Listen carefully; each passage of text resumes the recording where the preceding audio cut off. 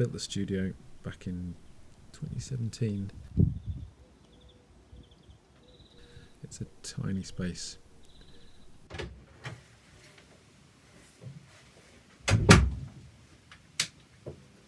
Two meters by 2.5, in fact.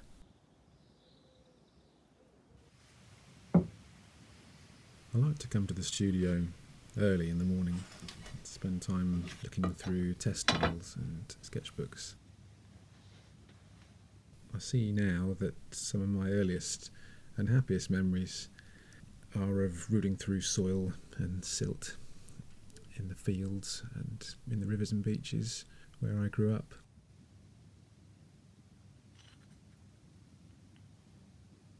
The clay itself is such an important part of my work. I mix my own clays, sometimes quite simple adjustments from commercial recipes. Increasingly, I'm adding a huge variety of materials, minerals and combustible materials.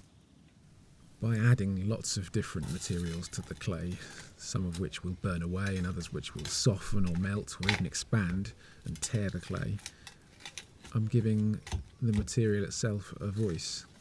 I want it to kick back and speak up in the kiln. On a typical day in the studio, I will usually do some throwing and some hand building, working on existing projects, but I always make time to try one experimental thing, a new shape on the wheel, or pushing a particular form a little further, or mixing a new clay. I've been working on a series of moon jars for some time now. These are thrown and then I add the trimmings from the foot and the rim back onto what is otherwise quite a spherical, geometric, almost pristine form.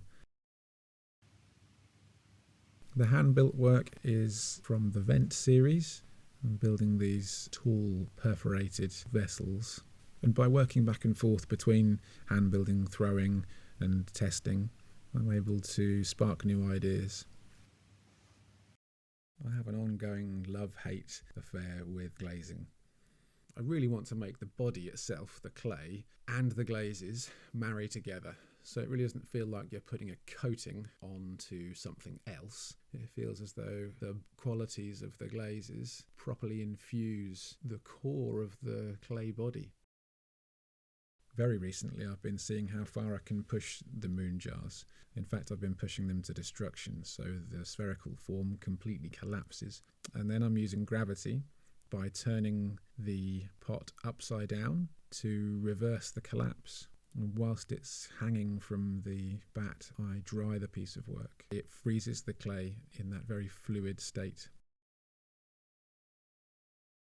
So of course the ideas of the moon jar, an orbit, and then perhaps thinking about moons as less than perfect. So thinking about the asteroid belts and the Oort cloud has given rise to this new series of work of very irregular, torn, broken vessels.